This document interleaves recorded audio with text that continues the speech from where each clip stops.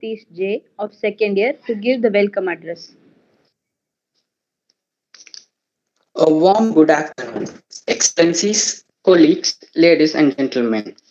Education is not accusation of knowledge, but formation of character. We down a red carpet of welcome, dignitaries, invitees, well-wishers, and friends. Thank you all for joining this virtual meeting for a national workshop on design thinking. As someone once said, the show must go on. Not that this is a show, but I appreciate your effort to be together virtually.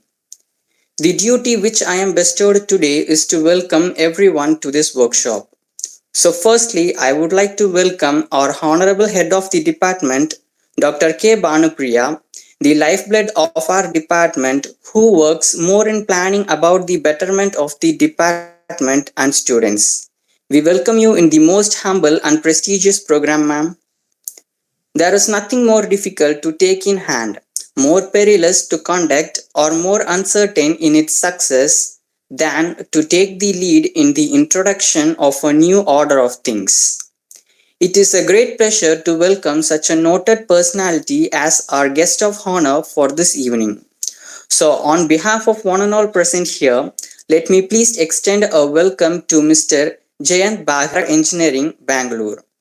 I would also like to welcome all the staffs and faculty coordinators who have continuously supported us in our endeavor to spread the light of true knowledge.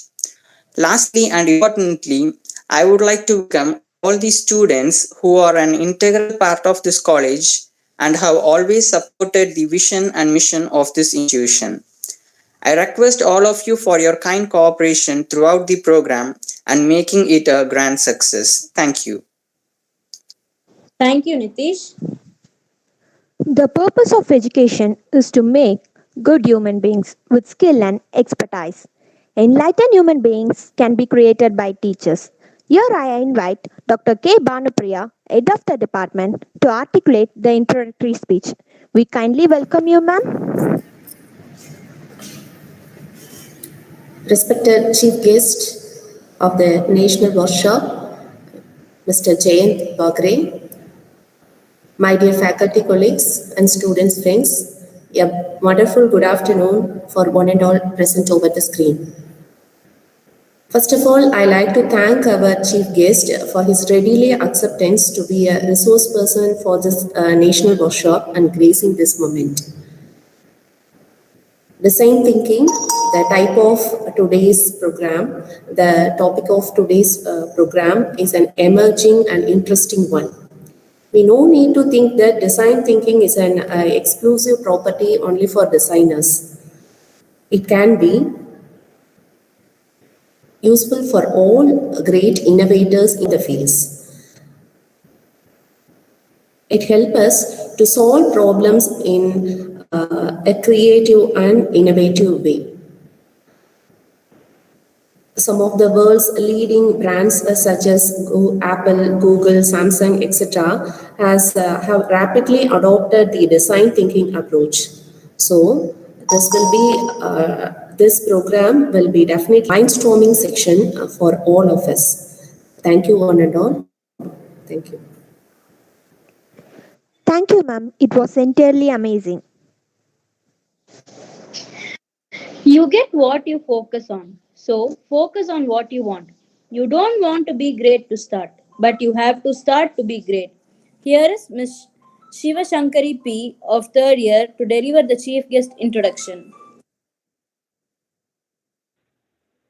Respected dignitaries over the screen, the chief guest of today's workshop, cherished faculty members, and my dear friends, a very warm and pleasant good afternoon. It is indeed a beautiful afternoon, also kept in the delighted frame of mind, that too in the new year, of course, a new decade to be. It doesn't matter what has been written in your story so far. It's how you fill up the rest of the pages that counts. With the quote, I, on behalf of Department of Mathematics with Computer Applications, PhD College of Arts and Science, Coimbatore, having immense pleasure in introducing you all the star of this workshop, Mr. Jayant Baga, experience having around 20 years in the IT industry. He done his schooling and college at Bangalore and an executive program at Wharton University. He was an associate consultant at Oracle.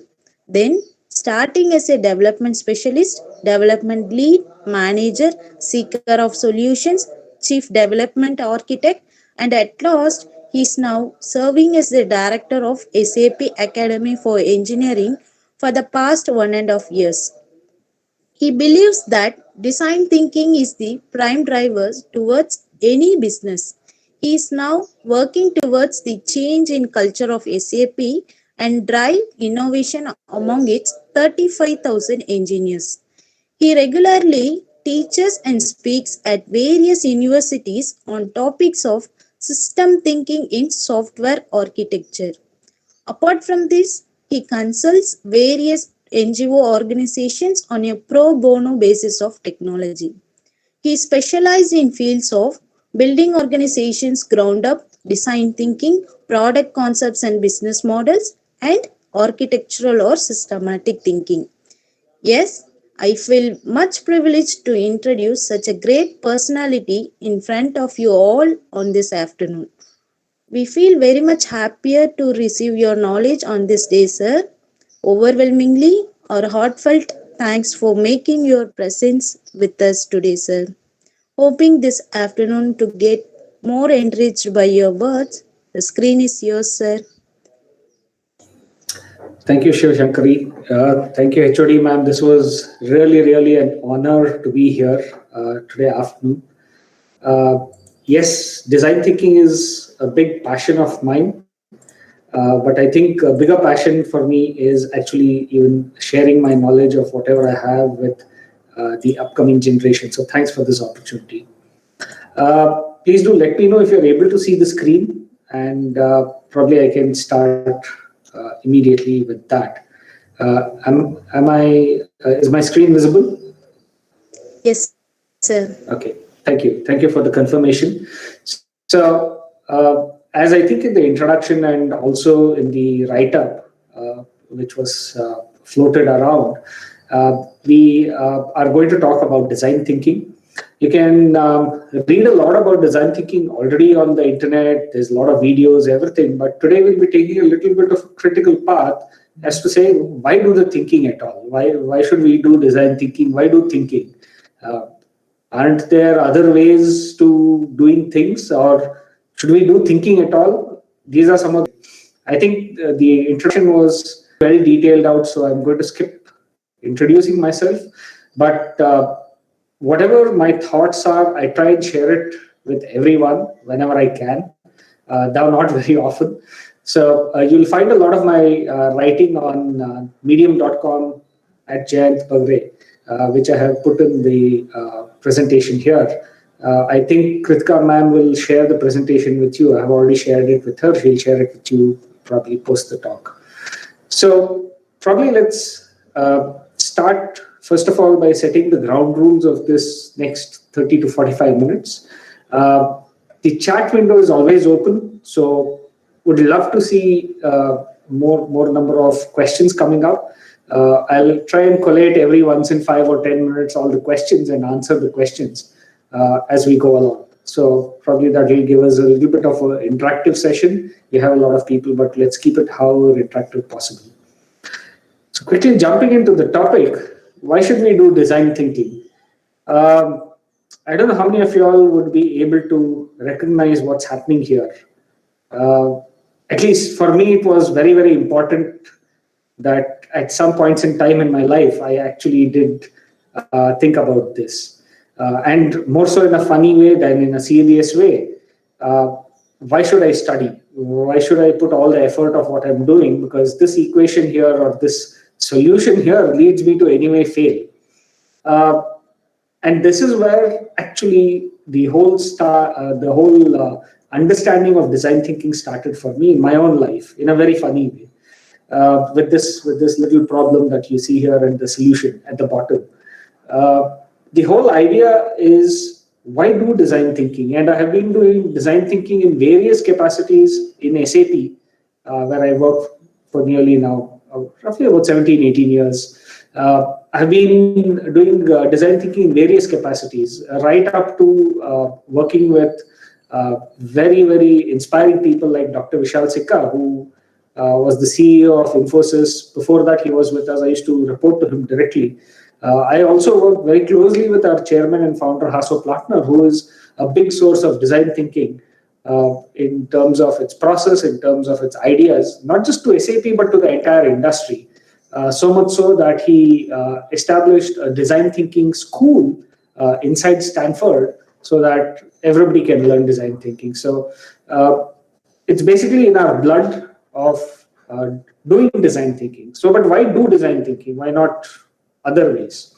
First of all, what are we trying to solve here in this picture? If you see, is I had a problem. I didn't want to study because I always felt something is wrong. And how did I solve it? Well, I used design thinking to solve the problem. And how did I solve it is what we'll go through the entire journey today. So, in essence of why I should start doing design thinking is if there is a problem that needs to be solved, you need a systematic approach of solving that problem. First of all, even before solving the problem, you need to know what is the problem that you're trying to solve. Or is there a problem at all? Maybe you're trying to solve a problem which doesn't exist. If you see today, more than, I don't know, millions of applications or apps are developed and put on your Google Play Store or Apple Store.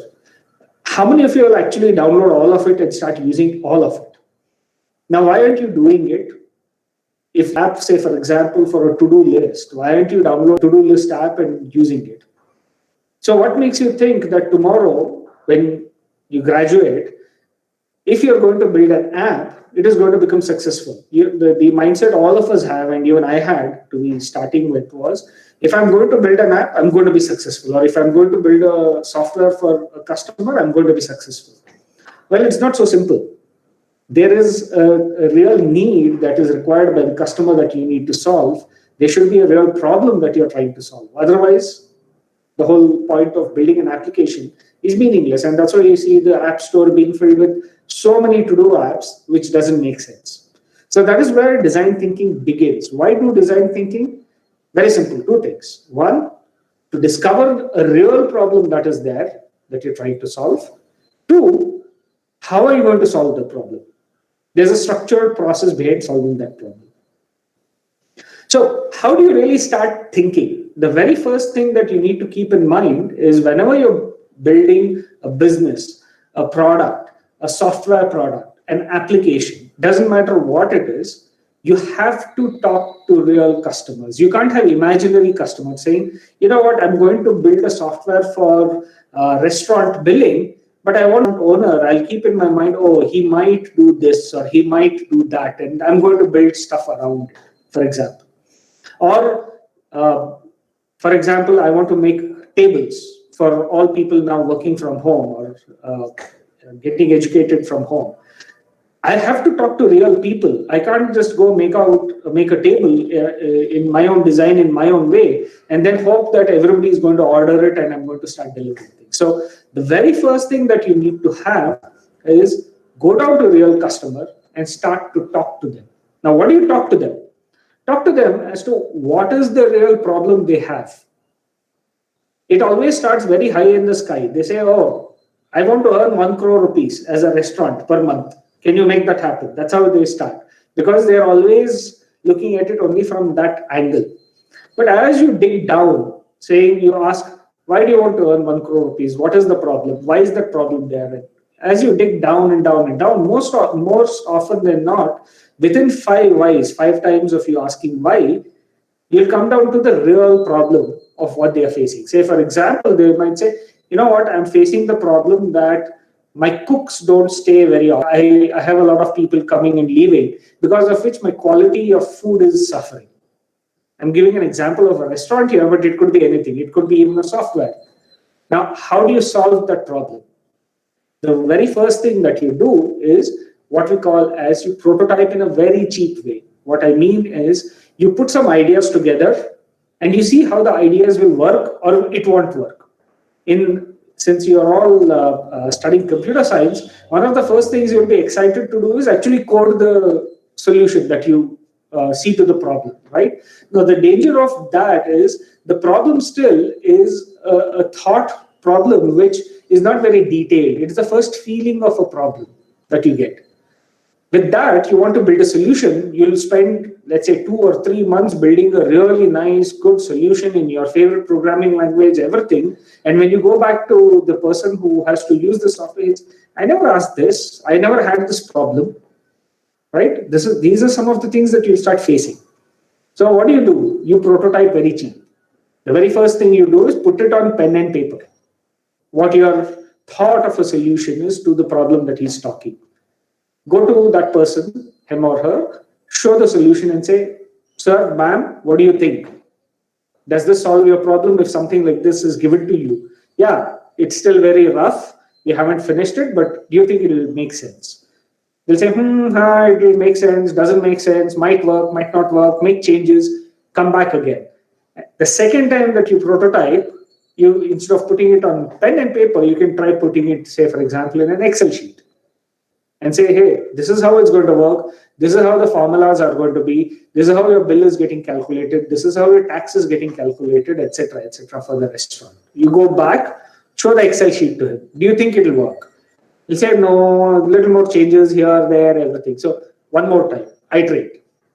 You come back, you change the Excel sheet, make it a little bit more cleaner, neater, everything, go back, show it. So when he finally finalizes saying, yeah, this is going to work, that is when you actually build your software. And when you deliver the software to him, it is fitting every single need of his. Now you might say, okay, fine, that is one restaurant, but what about that other restaurant or that big hotel or that big market which I'm trying to sell to? Yeah, that's exactly what you do. You go there, you prototype cheap, take your existing software, show it to them, they'll give you feedback.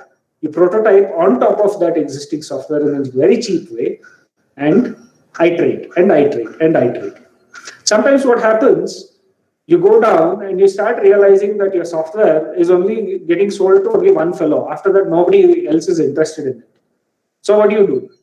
Very, very simple. From there, we do something called as a pivot. You turn away, not too much from what you've built, slightly away from it. I'll give you an example of this. Let's say you built a billing software for a restaurant, a small little restaurant, okay, where you are calculating for every customer what are the items they took, what is the tax, how much they paid, how much you have to give in change. Let's say this is your software. Now what happened? Only 1 or 2 or 3 restaurants have taken your software. Nobody else is interested. Now you are trying to push your software more. But then very soon you realize, isn't that the same thing that happens in a supermarket?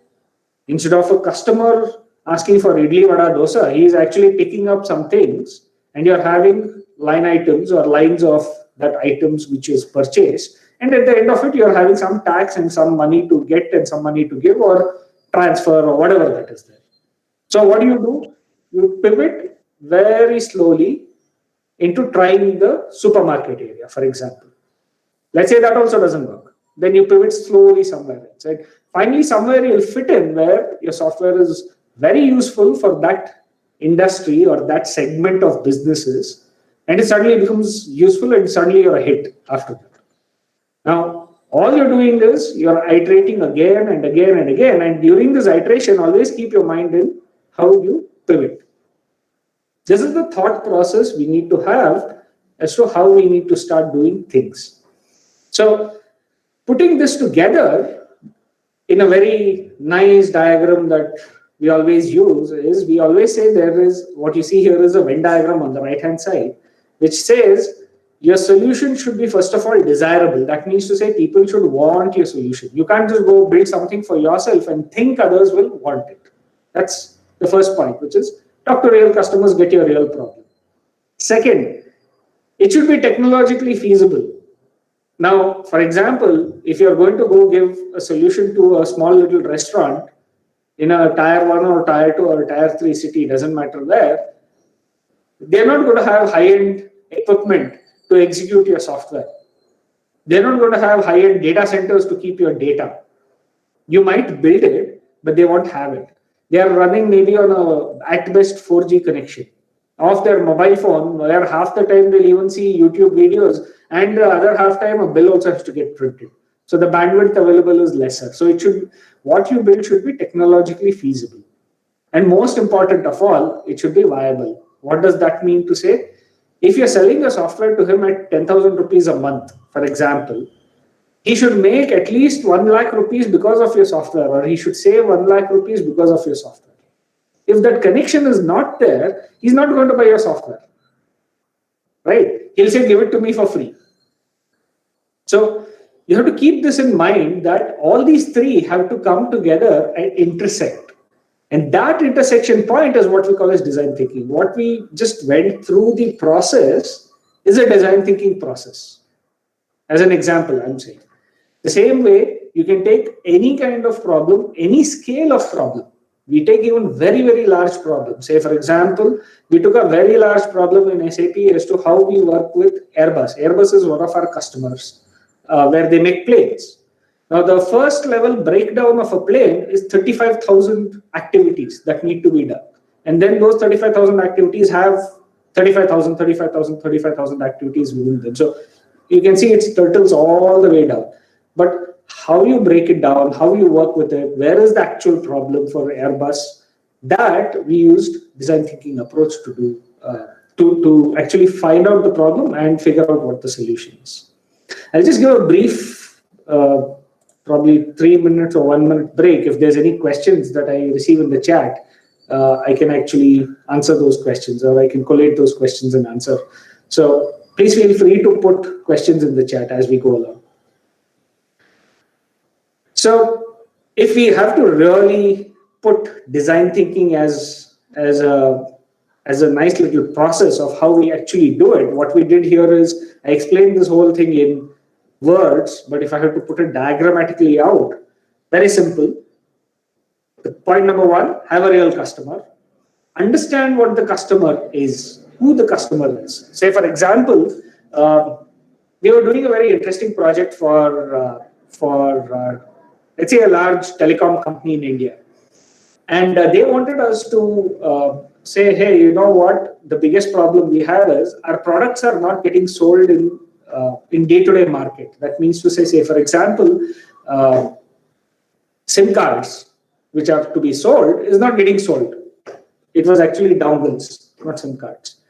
We wanted to know why is the sale so low? And we started figuring out that the employees or the salespeople are not motivated to sell. Now, why are they not motivated? It's not that the commission was bad or they weren't earning enough money. They were actually getting good money, better than other people who were there in the market, better than other competitors. And very soon we realized that a lot of the salespeople, and this was particularly dongles being sold to large companies. It wasn't individual people like us buying dongles. They were selling it to, say, Infosys. They were selling dongles to TCS or Accenture or SAP or somebody like that. So that one person is a very experienced person, because he has to go into these companies, convince the IT department in those companies to buy the dongles from this particular customer or this particular company. So when we started understanding where the problem was all these employees were married and had kids. Now, this is a very, very significant fact. When you start understanding how the system is working, this is a very significant fact, because not married and not having family dependent people, the salespeople tend to push longer number of hours trying to sell their products. Having a family that they have to go back to, they try and finish their work by maximum 7 o'clock in the evening, so that they can go back home, spend time with the family. Now, this is a very big factor, and this factor was completely missing. Now, how was it missing? The company who was trying to sell the dongles was thinking, oh, all our people are pushing 16, 18 hours a day to sell the dongles. Whereas in reality, that wasn't the case, right? But on the other side, the people who were buying the dongles were always available, in the sense, shifts of the IT department, the heads of the IT departments in shifts were always available to talk to, and they could pull the dongle. So all they had to do was sequence the number of salesmen in such a way, the same number of people, they didn't even need to increase the number of employees. They had to sequence it in such a way that one could do the first half, the second could do the second half with the same customer. And when that started happening, immediately sales started going. So the point that I want to make here is you have to understand and observe what is happening in the customer place, in the customer's business, in the real problem space of where you're trying to video game for your own friends and family. But you need to understand and observe how they behave, what kind of games they play, or what is the time at which they play, and stuff like that. Once that is done, and once you have iterated many times, and if you see there's many iteration loops here, once you do that, once you understand and observe the customer, then you define the problem. Now, what do you mean by saying define the problem? You have to very clearly put it down in maybe not more than 2 or 3 sentences, saying, this is the problem that I'm going to go behind. Say, for example, in the case of the big telecom customer trying to sell dongles, the problem was employee engagement and let's call it employee engagement and employee motivation as to sell the dongles. The effect of it was less number of sales. So the problem was not less number of sales. The problem was employee motivation, because of which there was less number of sales. So you need to define that problem very clearly. Once you define the problem clearly, you ideate and come out with different solutions, many solutions.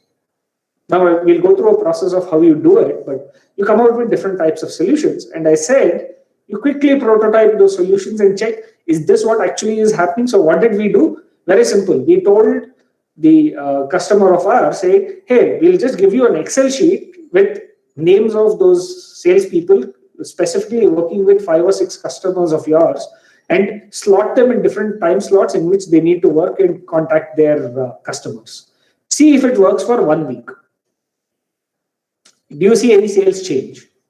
So quickly, that is a quick prototype. It's not for the entire company that we built it. We built it only for 4 or 5 sales agents, for example.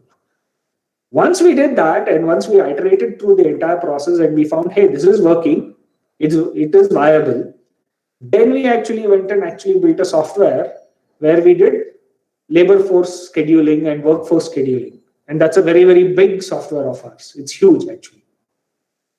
So this is the process in which you go and you work with. And this process is what is called as design thinking. This approach is called as design thinking.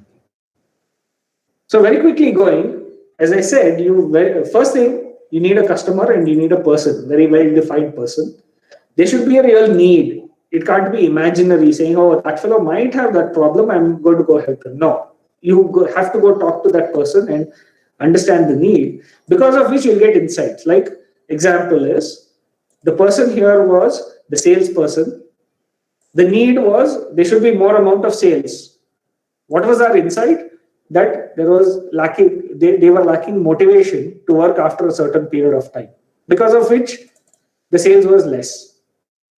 These 3 things put together brought us to a point of view as to say, what is the problem and what is the business outcome of that problem? It is basically, we said, okay, because of employee motivation, because of lack of employee motivation, the sales is reduced. Now, sometimes, or actually not sometimes, every single time you'll come out with more than one point of view. For sure, you'll come out with it. We also came with, oh, that person is very inefficient. They don't have enough number of applications of giving them the right kind of information about the products on the phone. No, none of it was the truth. None of it was the complete truth.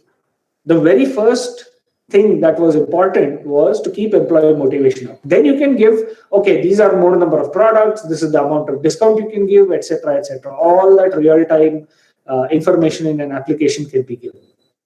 So you have to start with only one thing. You can't start with many things. You have to go through this process here with that one thing. Now, how do you actually do this?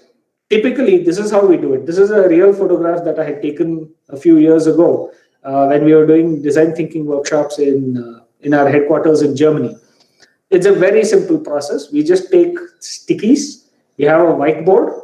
and we go through this process. For example, we start with understand, and then we put down all the stickies that we are, whatever we have understood about the customer after interviewing. Then we go about saying what all did we observe. We put those stickies down. Then we go about saying how do we define the problem, and we put those stickies down, and so on and on and on and on. And if you see, we have, I don't know if you can see it here very clearly, but we have drawn different uh, amoeba-like shapes around those stickies. Basically, those are different clusters of things that we put things together. Now, in the last 1 year, we have never met, but design thinking as a process still continues. And the way we continue with that is we use a tool called Mural. I have shared all the links in the presentation. When you get the presentation, I'm sure you'll be able to do it. This was a 5-day workshop we did with our very, very senior architects in the company. Most of these architects are 55, 60 years old at the company, and they've seen from the beginning of the company how the company has grown, what has happened, everything. And we had a very critical customer in the agriculture space, a very large customer who makes a lot of agriculture-based products for other companies. Say, for example, they sell the juice powder to people like Tropicana to make the juice, or they sell the juice powder to Nestle to make milkshakes and bars and things like that. So this is a very, very large customer. They have a presence across the world. Their core one statement problem was, when I'm buying from the farmer, am I giving the right price or not? How do I know that? That is all. It's a very, very pointed problem that we actually arrived at. And we used Mural, which is a software that is available, pretty much free if you're using it within small teams and things like that. Of course, for us, we have bought a large enterprise license, which we use. But for your projects, you don't need to. You can use it pretty much free of cost. If you can meet in person, better. But if you can't, you can always use Mural and do the same stickies kind of an exercise. I will give more details as to what is that exercise that you need to do to arrive at the at each of those steps of the process. So quickly going, I'll just check if there's any questions that we have that I need to address. Okay, not yet. So don't feel shy, do ask questions if there's any. I'll know at least I'm being heard here. About doing this design thinking process. Very simple. The first 15 minutes in your group, share the stories and the situation that you have discovered with the customer, which is your understand and observe process. The first 15 minutes, just write down and put it down as stickies. If 5 people go to a restaurant, 5 people should be separate. They should not talk to each other. They should talk to the customer, different parts of the customer, maybe waiters, maybe the owner, maybe the kitchen staff. You have to talk to different parts of the customer or the business, and actually 5 different people gather 5 different pieces of information, right? Now you need to put that down into these stickies. And when you write, why are we telling it should be a sticky and not a large document that you write on? Very simple. If you can't put more than, if you can't express your idea in less than 5 words, then it's not an idea. You're just telling a story, which need not be true. It could be a construction of what you saw also. So you have to be very precise. And in a sticky, the space is only this much. So you can write only 5 words. And you have to write only in capitals because others can't read, right? So you just pick up a sticky and you just write 5 words as, okay, this was one of the situations when I spoke to so-and-so person. This was the situation. Next one, next one, next one. And then what you do is, for the next 10 minutes, as a group, as a team, you end up putting clusters around it. You remember here that I showed you that we have drawn lines around these? Those are clusters. What we do is we bring similar kind of stickies together. Let me give you an example.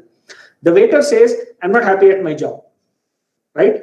The chef says, I'm not happy at my job.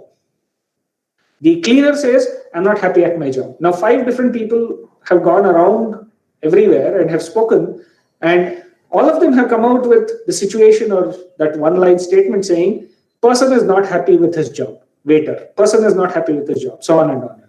Now, this can be clustered into one cluster, saying employee motivation is a problem.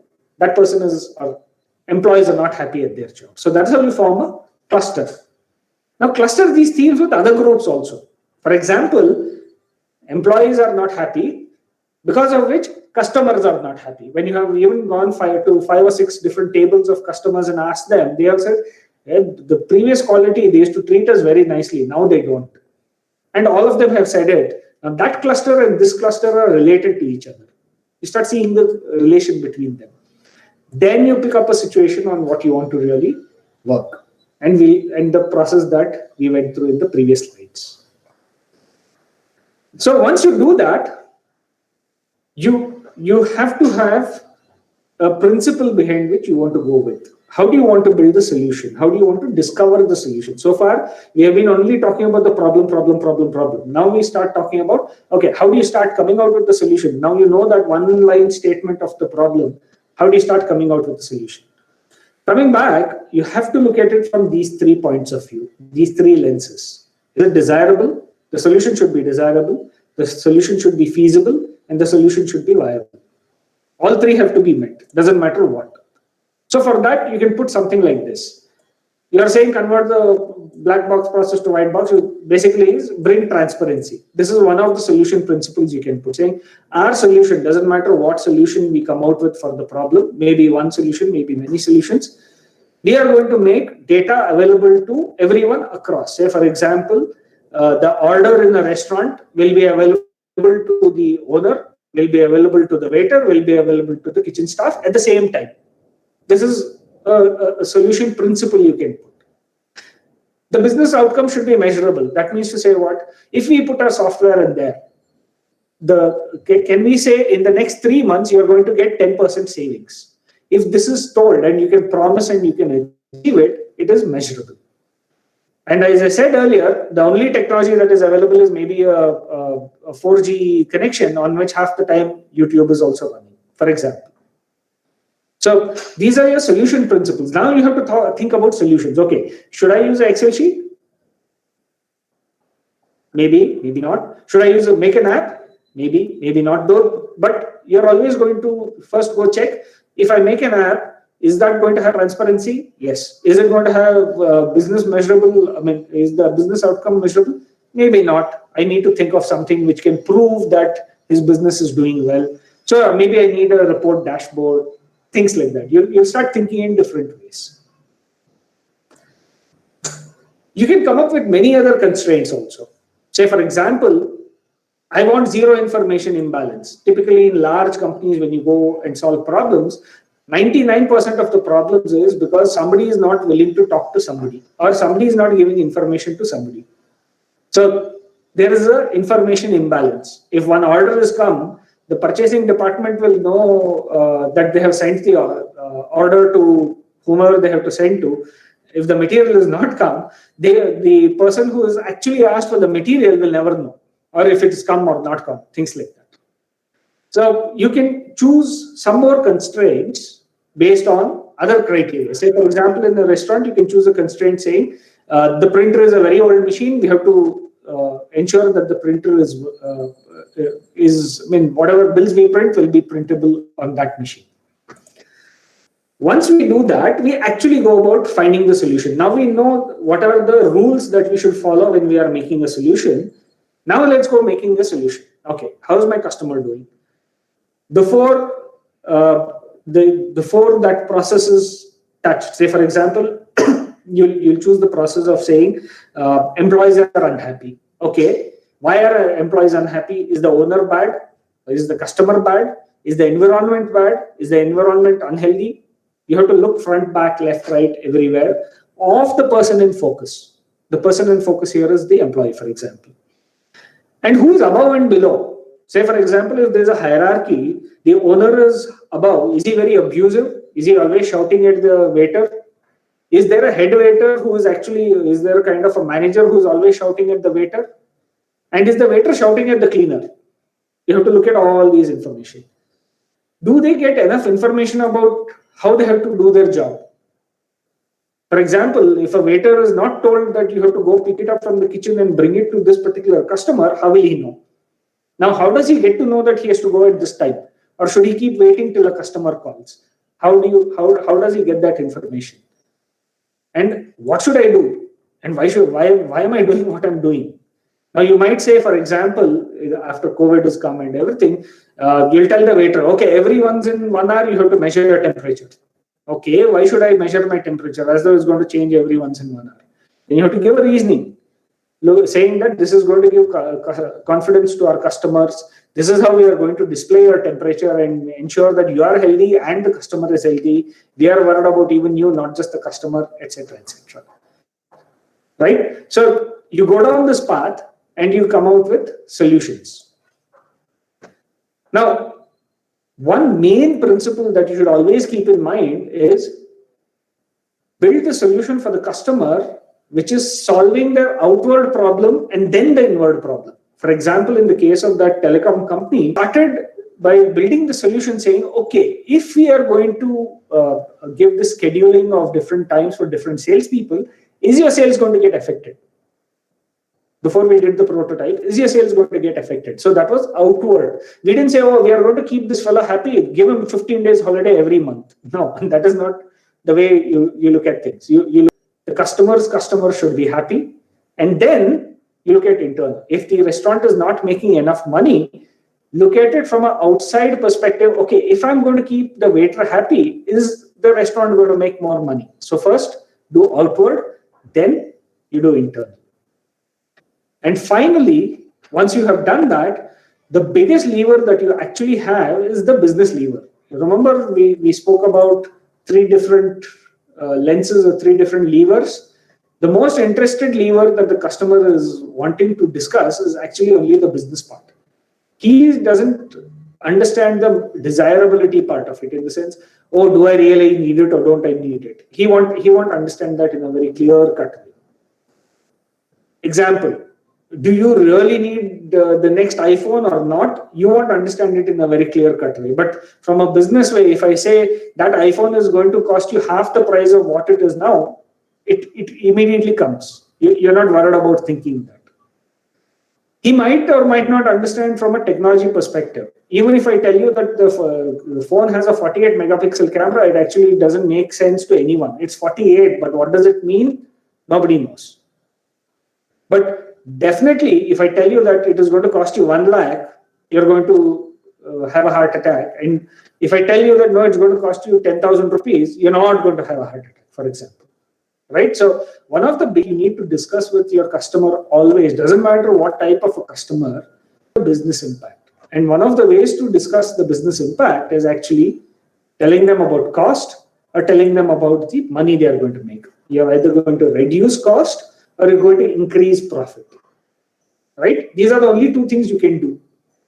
Now, you might keep the employee happy, but you have to show that because of that, either the cost is reducing or your profits are increasing. Now, if you're not doing any of this and you're keeping the employee happy, the restaurant owner is not going to buy your software or solution or whatever that you're going to sell. So the main thing that you always need to focus on, the final filter that you need to put on is, am I reducing cost or am I increasing profit?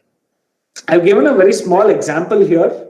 Say, for example, to reduce the wastage of water in colleges by 90%. A lot of water is getting wasted. Okay. I don't know, a 20-year-old college student wants to pledge to saving water in colleges, but is confused, flippant about it because he cannot see the impact of his wastage immediately. Even if you leave a tap in the bathroom and it's leaking, you'll go to the washroom, you'll wash your hands and come out quickly. It's not affecting you in a big way, but it's affecting the college in a big way. And then you'll identify, okay, is it really happening? You'll actually go check the water bills, you'll go check the water consumption, everything, how much bills they pay, etc., etc. And then finally, overall, you'll also identify that it's not just our college, even other colleges also have the same problem. So if we come up with a solution to save water, I can sell the solution not only to my college, but I can sell it to other colleges also. That is what you're trying to see. So what is the design challenge? What is the problem? How might we show that a student has impact on wasting water to a point of wastage in a memorable way? Now, I'm not giving you the solution, but I'm telling you what is the question that can be asked. If this is the question saying that, how can you encourage, how can you motivate a student, how can you make the student understand that wasting water is bad in a very impactful way, because of which there is business saving for the college. You're not doing it just because, oh, I'm going to save water, so it's going to better the earth. Yes, it is going to better the earth, but the real impact is business for the college. That is, they're having lesser cost. They're saving on giving water bills. So if this is the problem statement, how should you start thinking? How should you start putting a solution? This is typically a workshop that I do for about a day, day and a half, or 2 days sometimes, where we take up this problem as an example problem or something similar, and we break up into groups. We go through solving the solution to this problem. So it is just a indicator that maybe you need to start thinking about how a problem is arrived at. For example, we want to, that this is the situation. That uh, uh, students are not too worried about water usage in the washroom, and you also know from Bill's perspective how much water is getting consumed, how much money is getting spent. And you also know it's not only a unique problem to your college, but it's a problem across all colleges. Okay, then what is the problem statement? Now, this is one problem statement. You might come out with multiple solutions. You'll come out with advertisement campaigns, you'll come out with sensors, etc., etc. Multiple types of solutions. I'm not saying one solution, but you should be able to prototype that very quickly. Let's say you come out with a sensor which you can fit and automatically it switches off, switches on when a person comes and goes. Okay, very good. What is the cost of the sensor? How can I put it into one tap? If I'm putting it into one tap, before I put the sensor, how much water was wasted? When I put the sensor, how much water is wasted? If you're able to prove that, you go back with figures and then tell, hey, there are 500 taps in the college. Now we have to fix sensors for all the 500 taps, for example. Or we are going to educate all the students or all the users of washroom saying, please switch off and ensure that this is not happening. Now, why will they be motivated to do it? You need to think about a solution, right? So this is the approach of how you do design thinking, how you figure out a problem, how you figure out the solution. Some of the resources, as I was saying, this board is called as Mural, M-U-R-A-L. You can see that here very clearly. You can go make a quick account for yourself, look at how you can play around with it. It's pretty much self-explanatory. I don't need to say much in there. It's basically a sticky software where you write stuff and stick virtually. If you can do it in person, nothing better like that. There's a lot of resources, as I said, from our founder who started the D School or the Design School in Stanford. A lot of resources are free there to study, to educate yourself. There's a lot of templates that you can follow. Say, for example, the process template, which is there, is already a large chart there. You can put that up and you can work with it. There's a lovely book on entrepreneurship. This is not directly related to design thinking, but a lot of startups that even I consult and a lot of startups that I have been mentoring with, we recommend design thinking as a process to actually narrow down on what is it that they need to really solve. You can't go too wide as a startup because you have very limited amount of money that you can put together and make a product and take the product into the market and try making money from it and raise more money because of it. For that, you needs to say you have to solve one problem. Now, which is that one problem that you need to solve? That is where design thinking can help. We go in and we do multiple design thinking sessions and exercises with startups, trying to mentor them into saying, what is that one problem that they need to solve? So this is one of the books that I have always recommended. It's open, it's freely available on the internet. It's a very beautifully written book about design thinking. Probably you can use it and make sense from it. So probably I'll stop here. We are also 5 minutes into the top of the hour where we need to finish. We need to finish the session. So, is there any questions? I see one question. Let me read that out so that it's probably even I've actually seen the chat. It's from Priya. Thanks, Priya, for the question. Good afternoon. Design thinking, big stories about IBM Google come to say that design thinking could not bring in money but also comfort and happiness to customers. If design thinking is business oriented, phase by phase process to develop a solution, then you can give us some strategies into it. And can you say what is the scope of design thinking in the next decade? Yeah, thanks for the question. Really wonderful question. As I said, design thinking is a phase by phase process approach. Already, the entire map of what I said. Uh, but the most important piece is actually go by smelling what the customer really needs. So you really need to focus on the customer and the problem. Do not go away from it. When you go away from it and you make your own imaginative approaches, automatically design thinking is a failure. Why is it a failure? Because you are design thinking for yourself, or you're design thinking for your own brain, because of which you don't know what actually is needed by the customer. So uh, if you really ask me, is it a phase by phase process to develop a solution? Yes, it is a phase by phase process to develop a solution. But it is only effective, all the phases which I discussed are only effective if you actually have, if you have a customer and a real problem that you want to work with. With the perspective of what is the scope of design thinking, uh, design thinking is changing in its form and fashion in different ways in different industries. Say, for example, you want to do some new innovation, design thinking is an approach. But let's say you want to take an existing process and understand how you can tune the process to become better.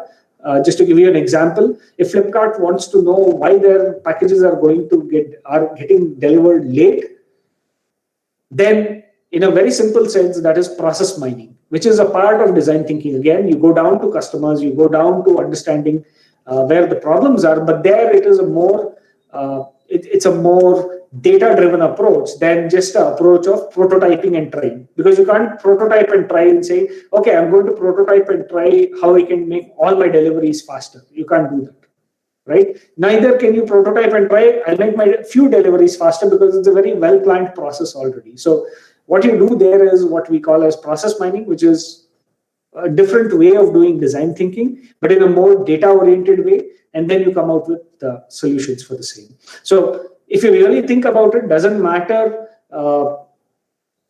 if you want to call it design thinking or if you want to call it some other terminology, it's just a label on top of things. But this kind of process thinking or this kind of approach thinking has been there for last, I don't know, 40, 50, 60 years now, 1960s onwards. So it's not going to go away somewhere. It's always going to be there, except that maybe the labels will keep changing. This is a very basic question by Arjun. Now, when we have an idea or a solution, how is it possible to know if the idea solution is going to work or not? Very simple, Arjun. Try it out. And try it out in a cheap way. I told you, prototype in a cheap way. Make a very cheap prototype out of it. Don't go building your entire software. Make an Excel sheet out of it. Go show it to the customer and say, do you think this will work for you? Let's say you want to make a game. Make a storyboard. Make a comic strip out of it. Go show it to some of the people who are gamers and say, hey, do you think this kind of a game flow is exciting for you? Make a very cheap prototype and see whether it works or not. That's the only way to know. I hope I've answered your question, Arjun. Yeah. Any more questions? Okay. I assume there are no more questions, but if there are questions, don't feel kind of shy or anything. Just feel free to reach out to me. You can write to me on LinkedIn. Just leave a DM on me or leave a comment on my post or whatever you feel like. I promise you I'll get back to you within 48 hours. If not 24 hours, I'm sure I can get back to you in 48 hours. And I have replied to everyone in 48 hours so far. So I promise you I'll get back